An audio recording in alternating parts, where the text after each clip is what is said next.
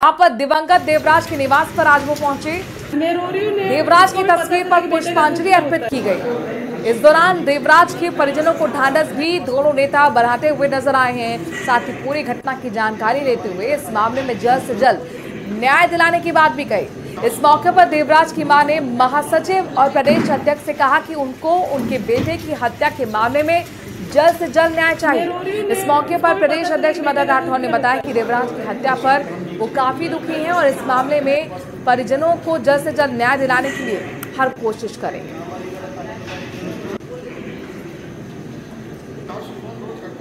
देखिए, ये हृदय विदारक घटना थी जिसका पूरे देश को दुख है, अत्यंत दुखद। और मैं सोचता हूं कि जिस परिवार में गलत संस्कार दिए जा रहे हैं उन लोगों को समझने की जरूरत है। यह विकृतियां बढ़ती गई तो बहुत बड़ा समाज का भी नुकसान हो जाएगा। बीजेपी के प्रदेश अध्यक्ष मदन राठौर उदयपुर पहुंचे हुए हैं। सलुम्बर और 84 विधानसभा में उपचुनाव से पहले बीजेपी अपनी पूरी तैयारियों को पूरा करने में जुटी हुई है और इसी मौके पर उन्होंने कहा कि पिछले चुनाव में कांग्रेस और अन्य दलों ने लोगों के बीच भ्रम फैलाकर सीट हासिल की थी, लेकिन अब वो बच नहीं पाएंगे। फिर भी आप तैयारी में तो बीजेपी नहीं, हम तो संगठन को सुदृढ़ करने में लगे हुए हैं। हमारे संगठन में हमारी निरंतर प्रक्रिया है और प्रक्रिया का हिस्सा है कि हम सभी विधानसभा क्षेत्रों में, सभी जिलों में हम जाते हैं और हमारे अभी तो परिचयात्मक हमारा चल रहा है। इसलिए चुनाव की जब घोषणा होगी उसके बाद चुनाव की बात करें। 84 और सलुम्बर में स्थिति कैसी देख रहे हैं आप बीजेपी की? वो सब बढ़िया है। इस बार हम स्थिति सुधारेंगे और सुधर जाएगी। पिछली बार का परिणाम मेरे से पूछोगे, मैं पहले से ही जवाब दे देता हूँ कि पिछली बार जो स्थितियाँ बनी, कांग्रेस ने भ्रम पैदा किए, ये समाज को तोड़ने का उन्होंने षड्यंत्र किया। इसके साथ ही उन्होंने 2-3 ऐसे भ्रम पैदा किए कि तो संविधान को तोड़ देंगे, आरक्षण को समाप्त कर देंगे, लेकिन ये भ्रम मिट चुके हैं। हमारी दिल्ली में भी नरेंद्र भाई मोदी जी के नेतृत्व में सरकार बनी, राजस्थान में भजन लाल जी के नेतृत्व में डबल इंजन की सरकार बन गई। हमने किसी संविधान को छेड़ा नहीं। अगली खबर कोटपतली से है, जहां पर बहरोड क्षेत्र में जयपुर दिल्ली नेशनल हाईवे बदहाल होने की वजह से दिन भर बहरोड में जाम के हालात बने रहते हैं। यही वजह है कि वाहन चालकों को भारी परेशानियां भी हो रही हैं। घंटों तक वाहन चालक बहरोड क्षेत्र में जाम में फंसे रहते हैं, लेकिन NHAI और स्थानीय प्रशासन मूक दर्शक बनकर बैठे हुए हैं। मामले की शिकायत के बाद 15 दिन पूर्व SDM बहरोड ने पुलिस और NHAI के अधिकारियों की बैठक लेकर व्यवस्था सुधारने के निर्देश दिए थे, लेकिन अभी तक व्यवस्था सुधर नहीं पाई है। वो पोल खोल की तस्वीर भी आपके सामने है, जहां पर कई किलोमीटर लंबा जाम कोटपुतली के हाईवे पर लगा हुआ है।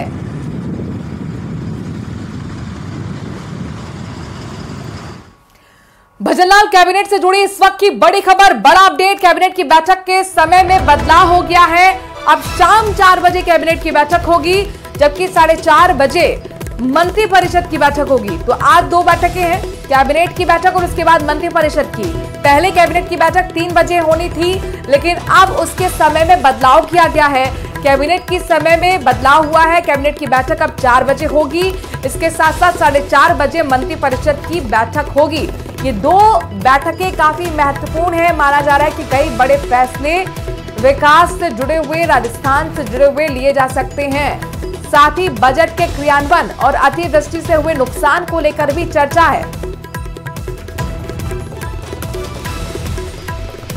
धौलपुर जिले के सरमथुरा उपखंड के गांव रहरई में सड़क किनारे बने घरों में पानी भर गया है। बरसात का पानी आपके सामने तस्वीरों में दिख रहा है। अनदेखी के चलते नेशनल हाईवे 11B की पुलिया बंद पड़ी हुई है।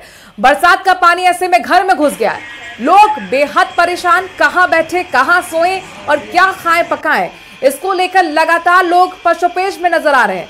समस्या को लेकर कई बार नेशनल हाईवे के अधिकारियों को भी अवगत कराया गया, लेकिन अब तक सुनवाई नहीं हुई है। राम बरोई सलोग्रामे का मकान बना हुआ है, उसके 3-4 बेटे हैं, वो वहीं रहते हैं। ऊंची ढलान होकर के उसके मकान में पानी आ जाता है। रोड के किनारे से 80 फुट जगह नेशनल हाईवे की जगह, नेशनल हाईवे पंचायत को NOC दे दे, हम उसमें नाली बनाने के लिए तैयार हैं, नेशनल हाईवे को पिछली साल भी सूचित किया था, उन्होंने एनओसी आज तक नहीं दी है। पानी का मामला था, पानी भरे हुए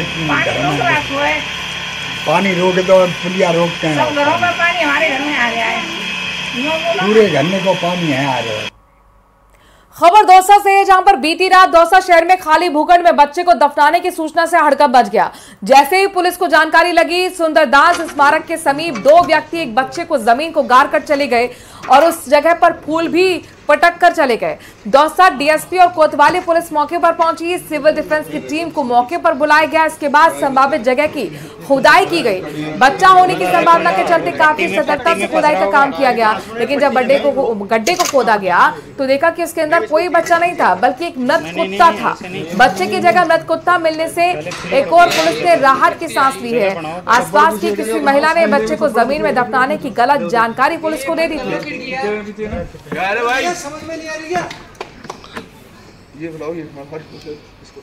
अब खबर राजसमंद से है, जहां पर एमडी पंचायत में इरिगेशन विभाग के जरिए कराए जा रहे माइनर नहर के निर्माण की पोल पहली बारिश ने खोलकर रख दी। पहली बारिश में ही निर्माणाधीन नहर का कुछ हिस्सा टूट गया तो कई जगह दरारें पड़ गई। स्थानीय ग्रामीण और जनप्रतिनिधि निर्माण में घटिया सामग्री इस्तेमाल करने और इरिगेशन विभाग के अधिकारियों पर लापरवाही का आरोप लगा रहे हैं। पूर्व विधानसभा अध्यक्ष सीपी जोशी ने डीएमएफटी फंड से ग्रामीण क्षेत्र के नहरी तंत्र को मजबूत करने के लिए बजट जारी किया था। घोषणा के मुताबिक एमडी गांव में पुरानी नहर की जगह नई नहर का निर्माण करवाया जा रहा है। अभी नहर का निर्माण काम चल रहा है, लेकिन विष्णुनगर के पास नहर का कुछ हिस्सा ढह गया। नहर बन रही है, हमने पहले भी विभाग को अवगत कराया कि भाई ये एक तो टेढ़ी मेढ़ी बन रही है और घटिया प्रकार का जो माल मसाला जो डाला जा रहा है उसको है जो एकदम स्ट्रॉन्ग और मजबूती से डालें ताकि नहर यथावत मजबूत बनी रहे। लेकिन उन्होंने इस पर ध्यान नहीं दिया और पूरी नहर को ऐसे तैसे मतलब कर दी। और अभी जो ये बारिश का मौसम हुआ और वैसे ही है जो ये टूट गई। अब पहली बार भी पानी नहीं आया और टूट गई। इसका रेशो होता है 1.5-3 का जो गवर्नमेंट रेशो होता है उसका ना तो कोई पालना करे ना कुछ भी नहीं। इसकी हमने पूर्व में शिकायत भी की, एक्शन जो चौधरी करके इसको भी की, एक मैडम है इनको भी दिया था, बोला करते ही ये चीज़ है। फिर हमें ये सूचना भी मिली है कि इसी के साथ में एक्शन और आयन भी पार्टनर है।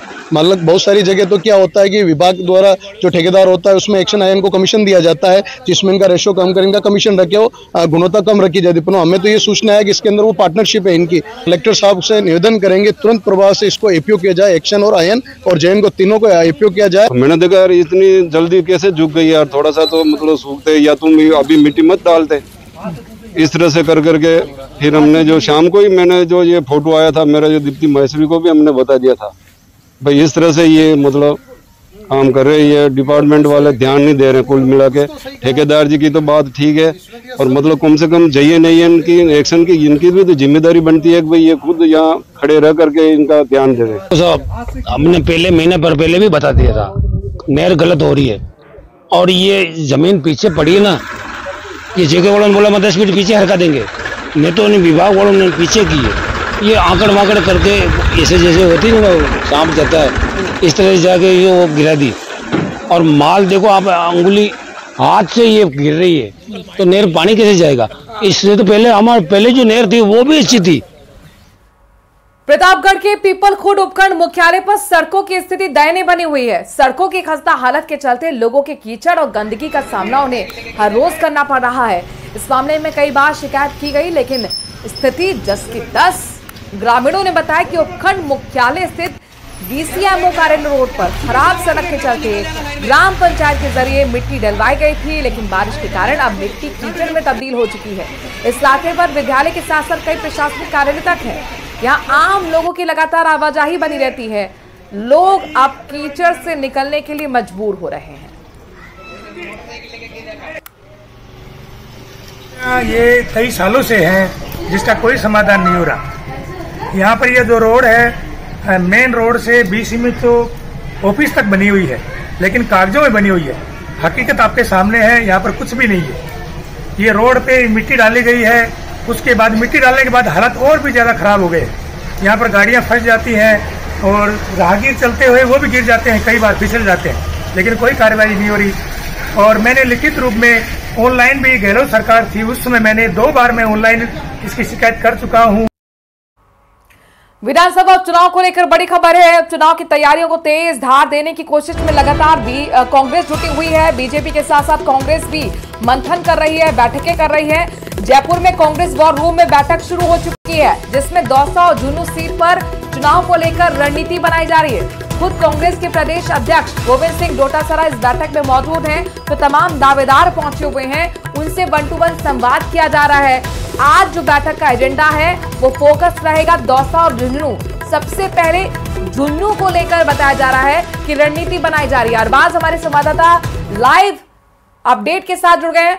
अरबाज, क्या कुछ जानकारी मिल रही है? कब से बैठक शुरू हुई, क्या कुछ चल रहा है इस वक्त?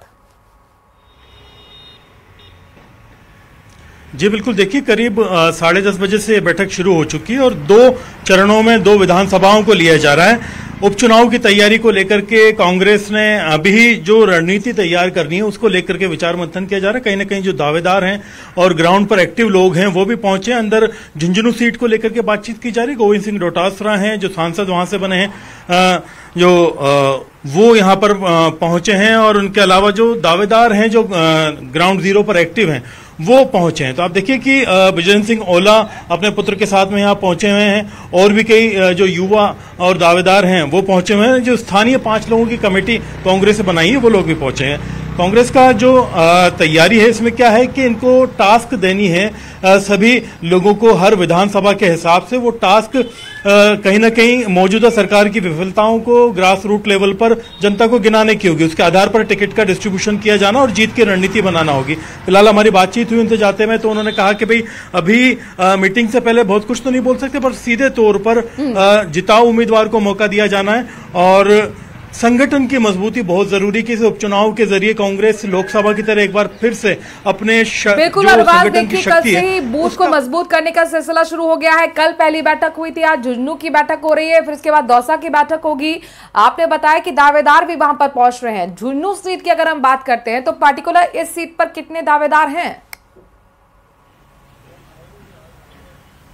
देखिए अभी औपचारिक रूप से दावेदारी का जो वो विंडो है वो खुला नहीं है, तो जाहिर सी बात है कि अभी पार्टी सीट वाइज उसकी रणनीति को लेकर के ऑफिशियली मीटिंग कर रही है, जिसमें कहीं ना कहीं वो दावेदार भी अंदर मौजूद है। झुंझुनू सीट को लेकर के अगर देखें तो यहाँ पर बहुत से लोग हैं जो कि ग्राउंड जीरो पर एक्टिव हैं और काम कर रहे हैं और ये उम्मीद रखते हैं पार्टी से कि उनको मौका दे। यहाँ पर जो ब्रिजेंद्र ओला हैं वो पहुंचे, जो कि सांसद बन गए और बाद में जो है उन्होंने अपने उससे पहले भी विधानसभा सीट को जीता था। अपने पुत्र के साथ में पहुंचे हैं, अमित ओला के साथ में, जो कि संभावित दावेदार बताए जा रहे हैं। बड़े संकेत है, अपने बेटे को वो प्रमोट करना चाहते हैं कि टिकट मिले, लेकिन कुल मिलाकर जिताओ कैंडिडेट की तलाश में कांग्रेस नजर बनाए रखिएगा। अरबाज, आपसे आगे अपडेट्स लेते रहेंगे। इस वक्त झुंझुनू को लेकर रणनीति बनाई जा रही है और इसके बाद दौसा पर भी मंथन और विचार कांग्रेस करेगी। लगातार आपको अपडेट इस बड़ी खबर पर देते रहेंगे।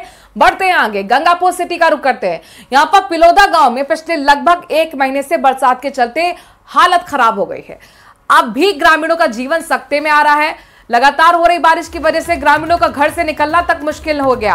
अब घरों में ही कैद होने के लिए मजबूर हो चुके हैं लोग। कई घरों में पानी घुस गया है।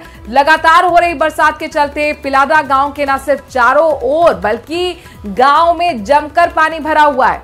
कई घरों में पानी घुसा हुआ है। ग्रामीण बेहद परेशानी से जूझ रहे हैं। स्कूली बच्चों को स्कूल जाने में दिक्कतें हो रही हैं, तो ऑफिस जाने वाले भी परेशान हैं।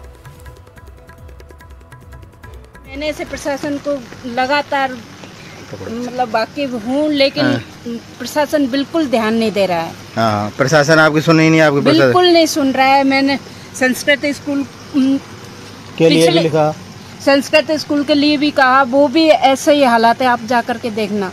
और अभी हायर सेकेंडरी स्कूल पूरा बंद पड़ा है। आदर्श विद्या मंदिर पूरा बंद पड़ा है पिछले 1 महीने से। पर अब हम प्रशासन से बार बार निवेदन कर रहे हैं, हमारे नए तालाब वो भी टूट गया है। तो ये तो आपने गंगापुर सिटी का हाल देखा। अब आपको अजमेर लिए चलते हैं। यहाँ पर भी लगातार हुई बारिश के बाद कई स्थानों पर जलभराव की स्थिति बनी हुई है। कई मुख्य मार्ग गड्ढे में तब्दील हो चुके हैं। यही वजह है कि हादसे की आशंका भी यहाँ पर बनी रहती है। पिछले दिनों भी तालाब क्षेत्र में पानी भरने से गड्ढे में गिरने से एक बुजुर्ग की मौत हो गई थी। इसके बाद कांग्रेस पार्टी ने भी यहाँ पर विरोध दर्ज कराया, जमकर प्रदर्शन किया, मांग की गई कि हालात को सुधारा जाए। लेकिन बावजूद इसके अब तक कोई कार्रवाई नहीं हुआ है।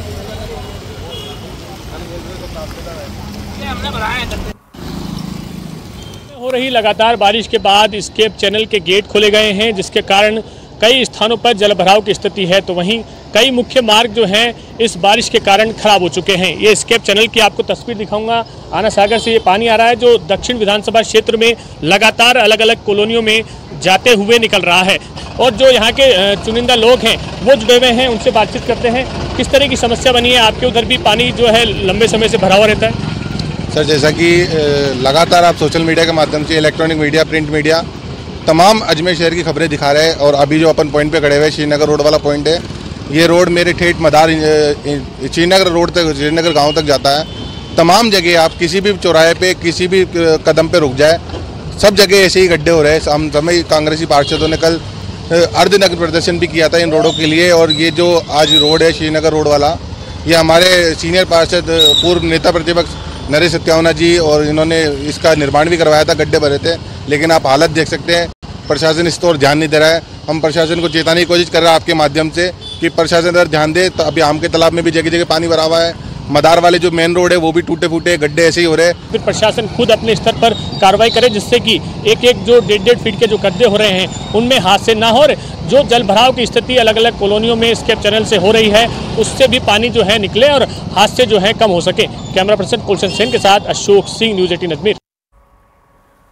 कोटा में मंदिर में शिवलिंग को खंडित करने के मामले में अब कार्रवाई पुलिस ने की है। एक आरोपी को गिरफ्तार कर लिया गया है। 40 साल का पीरू माली ये बताया जा रहा है, जो कि मानसिक रूप से विषक्त है।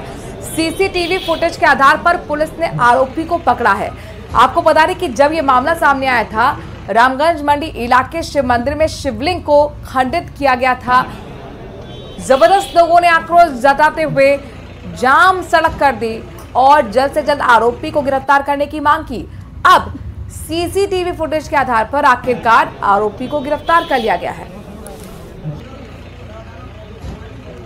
सूचना मिली थी कि सरकारी चौराहे पे, एक सरकारी कुएं पे एक मंदिर है, चबूतरा है, शिव मंदिर।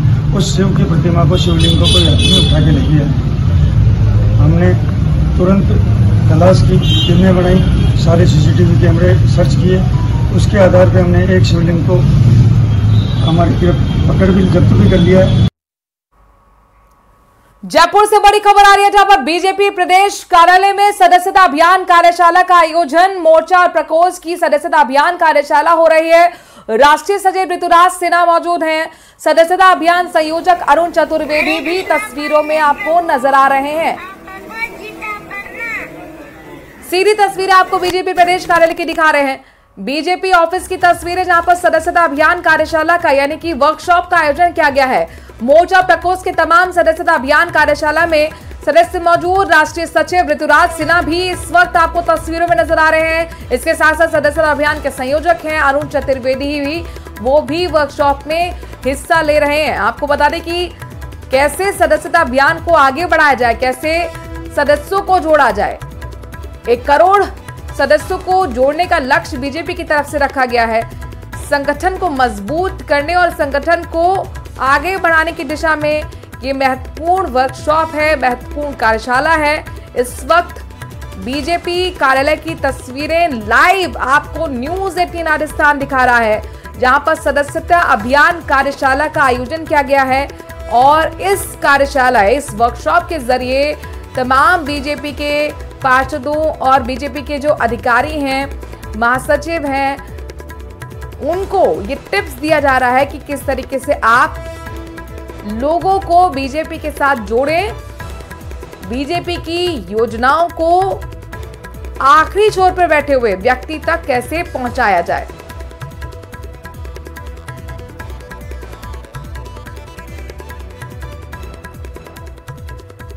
लाइव तस्वीरें बीजेपी प्रदेश कार्यालय से आपको न्यूज़ 18 राजस्थान दिखा रहा है। सदस्यता अभियान कार्यशाला का यहां पर आयोजन, मोर्चा प्रकोष्ठ की सदस्यता अभियान कार्यशाला का यह आयोजन है, जिसमें तमाम राष्ट्रीय सचिव ऋतुराज सिन्हा भी मौजूद हैं।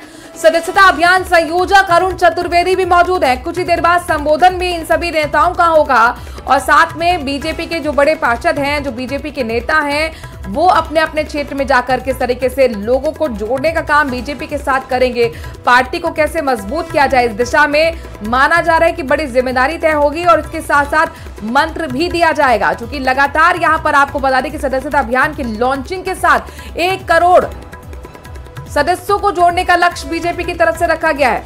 इस अभियान को कैसे सफल बनाया जाए, इसी दिशा में यह वर्कशॉप काफी महत्वपूर्ण मानी जा रही है, जिसका आयोजन इस वक्त बीजेपी कार्यालय में शुरू हुआ है।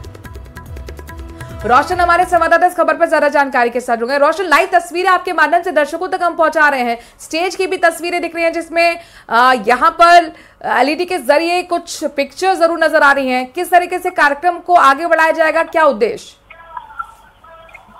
देखिए, बीजेपी प्रदेश कार्यालय के अंदर ये सदस्यता अभियान है, इसको लेकर कार्यशाला रखी गई है, जिसके अंदर बीजेपी की जो तमाम मोर्चे हैं, प्रकोष्ठ हैं, सदस्य हैं, वो इस कार्यशाला के अंदर मौजूद हैं। तस्वीरों के अंदर आप देख सकते हैं कि मेरे सहयोगी लगातार यहाँ पर दिखा रहे हैं कि जो कार्यशाला के अंदर पूरे प्रदेश भर के जो कहा जा सकता है कि कार्यकर्ता यहाँ पर जुटे हैं, उसके अंदर जो सदस्यता अभियान है उसको लेकर किस तरीके की जो बीजेपी की रणनीति रहने वाली है, इसके ऊपर जो चर्चा की जाएगी। इसके अंदर कार्यशाला में जो राष्ट्रीय सचिव ऋतुराज सिन्हा है वो यहाँ पर पहुंचे हैं, सदस्यता अभियान के संयोजक अरुण चतुर्वेदी, और कहा जा सकता है कि इन तमाम जो कार्यकर्ताओं को यहाँ पर संबोधित करेंगे। हाल फिलहाल ये जो संयुक्त मोर्चा प्रकोष्ठ विभागों की जो कार्यशाला है वो बीजेपी प्रदेश मुख्यालय के अंदर शुरू हो चुकी है।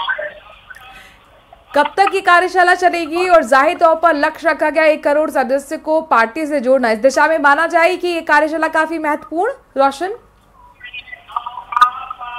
जी बिल्कुल, देखिए इस कार्यशाला के अंदर कहा जा सकता है कि करीब 2 से ढाई घंटों तक ये कार्यशाला चलेगी, जिसके अंदर तमाम जो कहा जा सकता है कि इस कार्यशाला के अंदर जो मौजूद जो प्रवक्ता हैं, पदाधिकारी हैं, वो यहाँ पर जो तमाम जो कार्यकर्ता हैं उनसे 1 to 1 संवाद करेंगे, चर्चा करेंगे।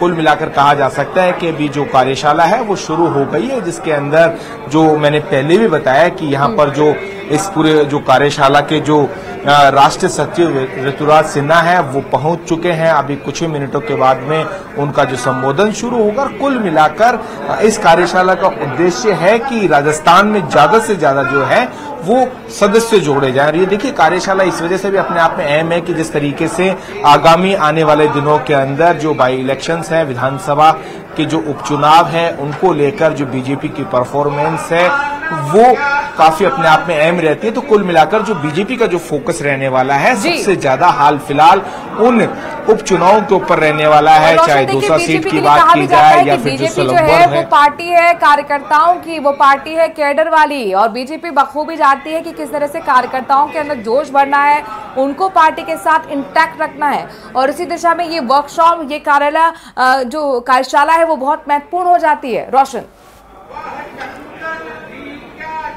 जी बिल्कुल ठीक आपने कहा है कि कार्यशाला जो है काफी अपने आप में अहम हो जाती है। बीजेपी लगातार जिस तरीके से अगर बात की जाए राष्ट्रवाद के मुद्दे को लेकर या फिर कार्यकर्ताओं को जो जोड़ने की जो बात है, आप देखिए कि जो कार्यकर्ताओं को जो पहुंचने का जो सिलसिला है लगातार जो है वो जारी है। इस कार्यशाला के अंदर बिल्कुल तमाम लोगों का पहुंचना भी जारी है जो बीजेपी से जुड़े हुए हैं। लक्ष्य 1 करोड़ सदस्यों को जोड़ने का, और इसीलिए वर्कशॉप का आयोजन किया गया है। रोशन, आगे आपसे अपडेट्स लेते रहेंगे। फिलहाल के लिए बहुत बहुत शुक्रिया। प्रदेश हमारा में आज के लिए इतना ही। आगे देखिए देश और दुनिया।